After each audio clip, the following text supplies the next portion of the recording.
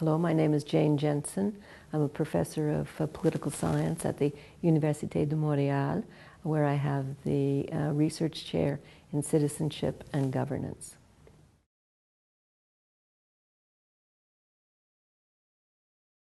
Well, pluralism is a concept that is very important in our contemporary societies because it's a word or a approach to thinking about and managing diversity in societies. So many societies have multiple forms of diversity. Sometimes we call them pluralist societies. And it's important to make a distinction between a diverse or a pluralist society and pluralism, because pluralism is the way of approaching and dealing with diversity, the way being that there's an active demonstration of respect for difference, respect for diversity, and appreciation of that diversity. So it goes well beyond tolerance, putting up with or accepting that people are different, but not valuing it. There's a positive value placed on the presence of diversity in the society. So that's my basic understanding of pluralism. It's a way of thinking about and acting in diverse societies.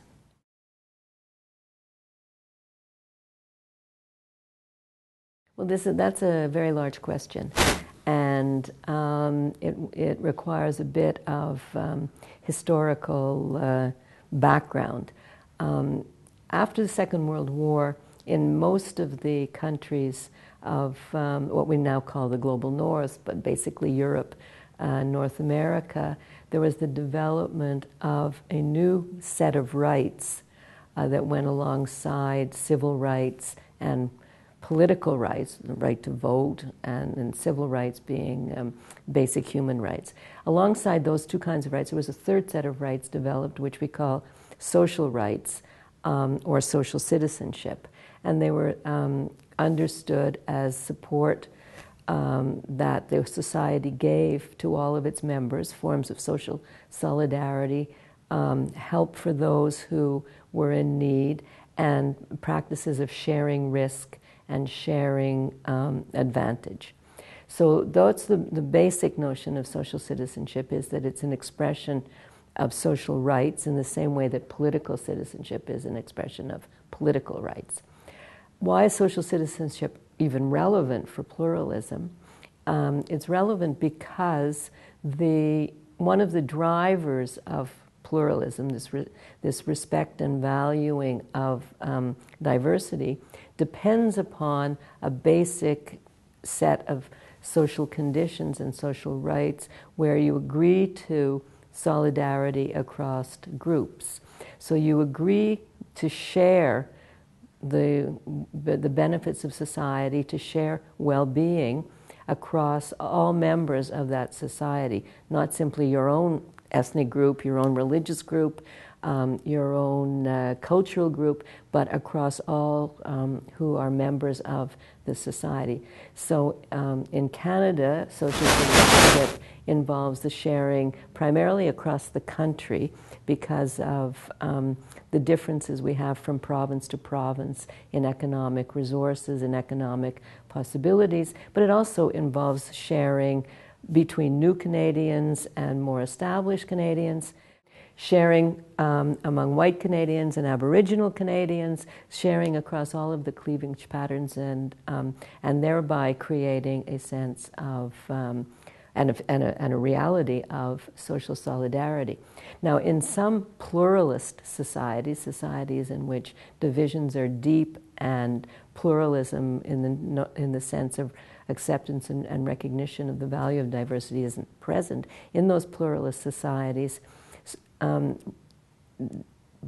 patterns of well-being or of distribution and redistribution are confined to groups, so that there's a reluctance to share with new immigrants. There's a discussion, for example, in in places, some of the countries of Europe, about how the welfare state should not be used to or should not provide benefits to new immigrants, that people are coming simply to benefit from the welfare state. I obviously don't agree with those kinds of analyses, but that there is a sense that of what we call welfare chauvinism, where people don't want to share.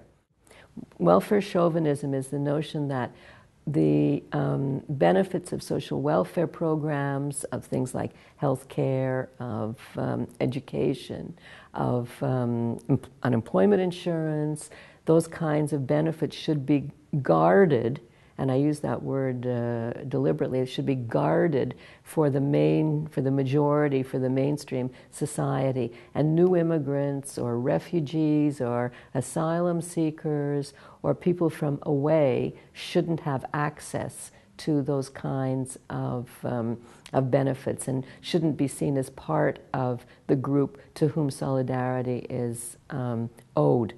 And this is therefore a reduction of or a reduced way of thinking about social citizenship, because social citizenship was a notion that everyone in the community, no matter their background, no matter their time in the community, should benefit from that social solidarity. So in places like the United States or places in some of the countries in Europe, like the Netherlands, you begin to see a demand to exclude from benefits, from receiving benefits, these other outside groups that are seen as not part of the mainstream. And that, I think, is a way of weakening pluralism in those societies. The pluralism depends upon not simply a level of well-being or economic development, but also the institutional mechanisms for spreading the benefits in a fair and solidaristic way.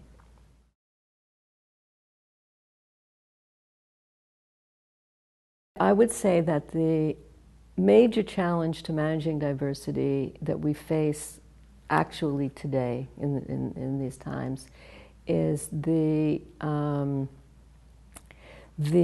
political payoff that comes from not being pluralist, from not promoting pluralism. This is what political scientists call in their jargon the power of a wedge issue. That it's possible to construct a political coalition and therefore gain political support and even win elections by dividing rather than by uniting, by appealing to a limited part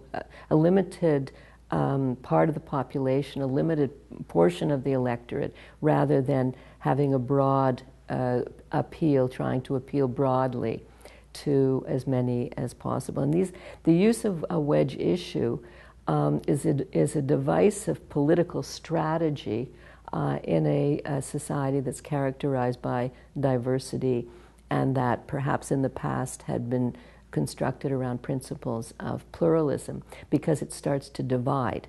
It starts to divide into categories, into communities, into segments.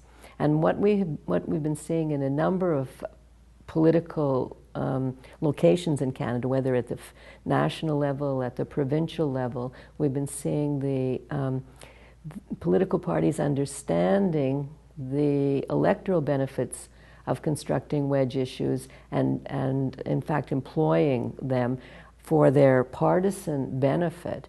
But the consequence of that goes beyond the immediate election. If you start to use wedge issues for an election, the framing of political issues and the framing of political conflict goes well beyond that particular election. You can't take it back. You can't say that we want to have, as was said in Quebec over the past year, that we want to have a charter of values that, in effect, appeals only to Québécois de souche, the basic Quebecers Francophone, long-time origins.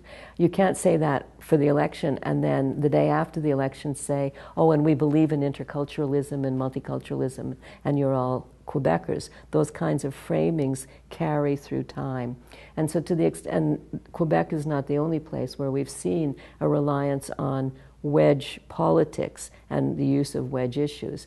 And so I think that a challenge that Canada faces is the tension between the electoral payoffs of that kind of strategy and the maintenance of a basic Canadian philosophy or set of Canadian values about pluralism, therefore the respect for difference and the notion that all Canadians are in it together. And I think that would be one of the major tensions that I see these days. You can't say, oh, we were just doing it for this election, but that's not really what we believe. Or you can't say, we were just doing it for the election, and now let's do something different now that we're in government. And that's sort of what's going on in Quebec now. They're trying to backtrack on the charter. The charter was used as a wedge issue to try and win the election.